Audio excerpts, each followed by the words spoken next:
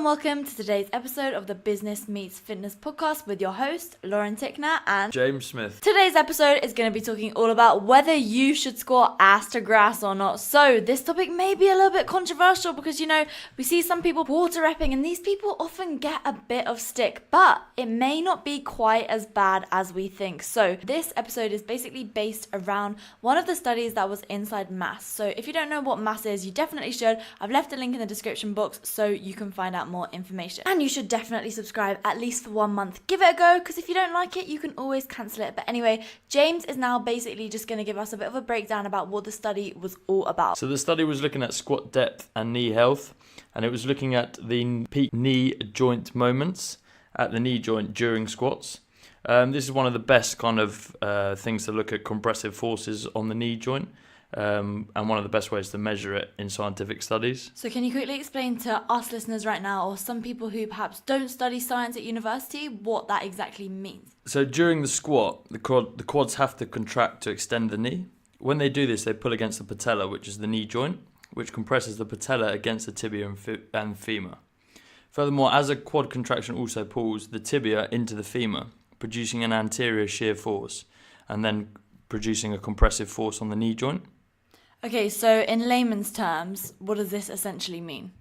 It's basically looking at the force that goes through the knee joint during movement. Okay, got you. So to keep it simple, would you be able to just break down for us what the findings of the study were so that we can kind of take away some information from this to implement in our own training, I guess, or our clients' training? So simply, they looked at squats from a quarter squat, a parallel squat, and an ass to grass squat. Ass to grass. And they looked at the loads that participants were able to use during these squats, and also the joint moments at the knee joint. The initial findings of the study was that, obviously, we could have guessed, anyone squatting ass to grass is going to be unable to squat a heavier load in comparison to a quarter squat. So simply, a quarter squat, you're going to be able to load the bar far more than an ass to grass squat. People generally thought that the fact you could load a quarter squat more than an ass to grass squat meant that there was going to be more force placed on the knee joint, and the fact that an ass to grass squat was lighter meant for less knee force. However, throughout the study they found that although the load was lighter in an ass to grass squat, the actual compressive force on the knee joint during the squat was greater in an ass to grass squat. That's so interesting and surprising as well, especially for any powerlifters out there, because I used to do powerlifting and I found that my knees were getting a bit dodgy. So what would be a solution to overcome this problem? Solution to overcome the problem would be, if you've got healthy knee joints, in terms of you don't have any pain or any issues or any kind of history from knee injuries, to find a squat that works for you, but then that works towards your goals, rather than kind of just doing what people tell you is optimal. Okay, so if you're a powerlifter, let's just say, and you obviously need to be doing these ass to grass squats, is this when you start using wraps, knee sleeves, all that type of stuff?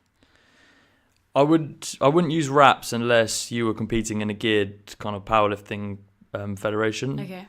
For those of you that don't know what wraps are, you basically wrap the knee up with kind of some nylon. Say it's nylon. Yeah, I don't know, some fabric-y type stuff which is like hardcore and it really supports your knee really heavily though, but apparently it's really painful. I wouldn't say it's painful, but it makes the knee joint more stable, so the knee joint has to do less stability during the squat, and it kind of gives an extra stretch shortening cycle at the bottom, so people can kind of use that elasticity to pop out of the hole at the bottom.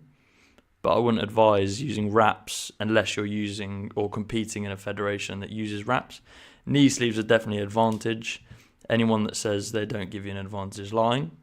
And you'd be stupid not to use them purely because they, again, keep the knee more stable.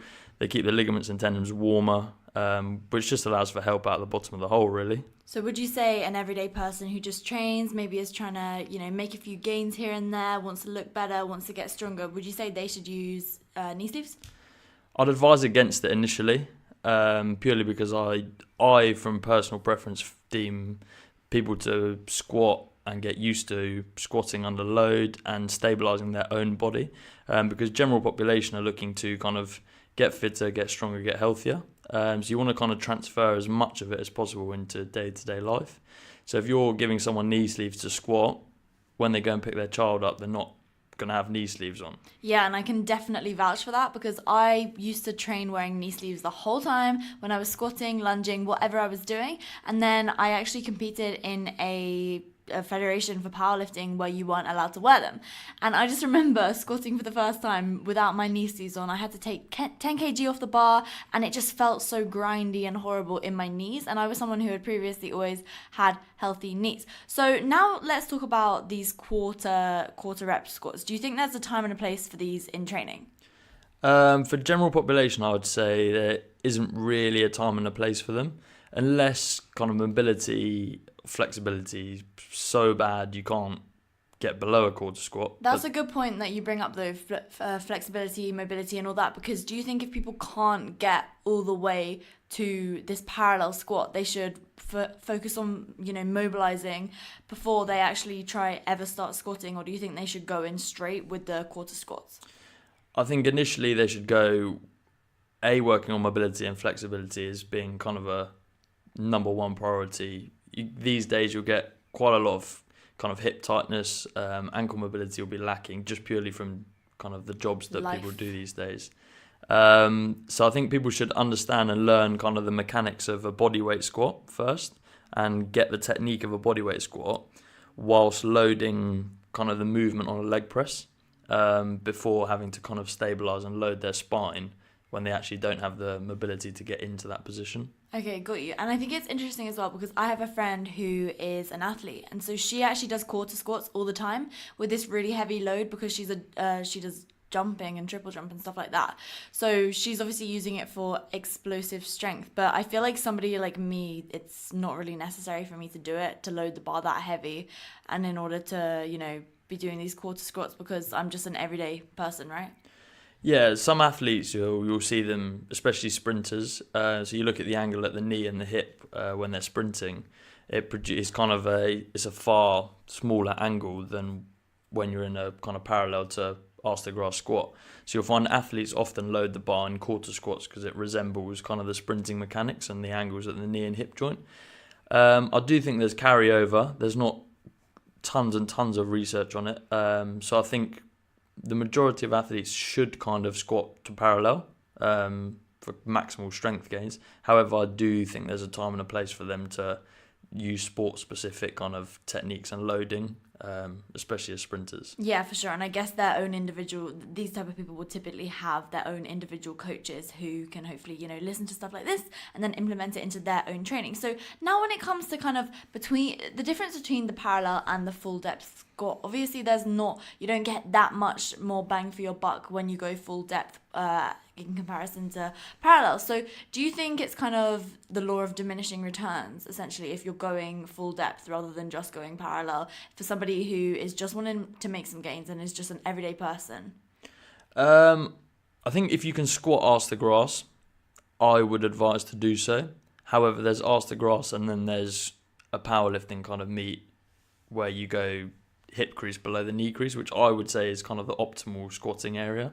However, when you go arse de grace, obviously people say you get more glute activation and whatnot. However, in glute activation, I'd say you need to focus on things like barbell hip thrusts, reverse lunges, yeah, for optimal glute development. So when you're kind of squatting, I'd say, if you can go arse de grace, go arse de grace. But the second there's kind of tendon pain, knee pain, anything, I'd then start to look at kind of squatting in different areas. However, what you often find is some people can get the term butt wink from when they squat arse de grace. It's not detrimental. PTs will say it's detrimental and like almost one of the worst things they've ever seen. However, and everyone thinks as well that it's down to short hamstrings, when actually it's down to just someone's hip structure and how their bones basically grind together when they squat. The only thing I would look out for is at what point does butt wink occur, which means there's basically some tilt at the pelvis, and your butt kind of tucks under your body. That's kind of what it looks like. But if you just Google it, you'll be able to find exactly what butt wink actually is and what it looks like. Yeah, but I would say look at where it happens. If it's happening quite a long way, like into or up the squat, so it's happening around parallel, then stick to parallel, because the second you go to arse the grass, it's going to start getting detrimental for your lumbar spine. However, if it's happening right at the bottom of the squat and there's a small amount of curvature, then I wouldn't say there's any issue there. You'll get someone like myself who almost kind of the lumbar goes almost the other way, and then as I squat there's a tiny bit of butt wick which takes my spine back into a neutral position, which I'd say then is not a problem at all because your spine's in a neutral position. Yeah, for sure. And I guess the same thing goes with hip shifting. But I think the thing is, when it comes to squatting, if you video yourself or if you're a personal trainer who's coaching people, just watch your clients really closely. And if you do online fitness coaching, get your clients to send you in videos, because then you can kind of assess and see, okay, is this person going too deep? Would it be more beneficial for them to try just squatting to parallel? And I think it's just about trial and error as well, finding out what works for you the best, because realistically, if you don't try something, you will never know if it suits you, if it suits your body, and if it feels good. And I think an important factor when you're trying to set up your own squat or set up a client squat is looking at, there's no kind of one method fits all. Everyone's got different hip structures, everyone's got different mobility around the ankle joint. So you kind of have to fiddle around and see what works for you. So when I'm looking with clients, I always ask them to perform kind of 10 to 20 reps of bodyweight squats, how they think a squat should be performed, because then I get a gauge of kind of where they're comfortable. If I stick them straight into a position that I think works for everyone, I'm throwing them into a position where they might not feel comfortable. Whereas if I ask them to perform it how they feel, it might be a horrible squat. Their ankles might leave the floor, they might squat to one side. However, it's a position where they feel comfortable performing that movement. So I can then get a gauge of kind of where they feel they should be squatting and then work around there. You'll find as well, YouTube it, there are videos on YouTube, very good ones, of kind of searching people's hip range of motions and where they get stuck. So go on YouTube, have a little search of how to check for internal, external rotation of the hip. And you'll be able to just sit clients down, lie them on the floor, and search their range of motion around the hip joint, which will give you a far better area to work with when it comes to looking at where they should set up their squats. I've got clients that almost squat with feet completely turned out because their knees track straight over their feet in that position and their hips feel comfortable. And then other clients that squat very narrow. So if you try and get the person who squats with a seriously wide stance to come into a narrow stance, they'll find it incredibly difficult, purely down to their kind of hip structure. So when looking at your own or looking at everyone else's, have a play around, see where you feel most comfortable squatting and where you get, if you get any pain whatsoever, where you get the least pain. So in summary, stop ego lifting and just squat to where it feels good for you. Doing quarter reps with super heavy weights isn't going to be as beneficial as it would if you were to take the weight down a little bit and go to parallel. What do you think, James? I agree with you entirely. Squat to the depth that's specific to your training goals. And yeah, don't ego lift. Make sure you're getting the full range of motion for yourself, not the full range of motion for what people think should be the full range of motion. Love that. So that wraps up today's episode of the Business Meets Fitness podcast. I do have a free email training if you are somebody who's wanting to build an online fitness business. So make sure to check that out in the show notes, because it's going to be great for you if you are somebody who wants to build a career in the fitness industry and scale up to take it online. Next week's episode is going to be all about full body training. Trust me, you are not going to want to miss this one. So thank you so much for listening. I hope you've enjoyed the first episode with James. It's been an absolute pleasure. I'm sure it has. So we will see you next Thursday, and make sure to share if you do enjoy it. And squat.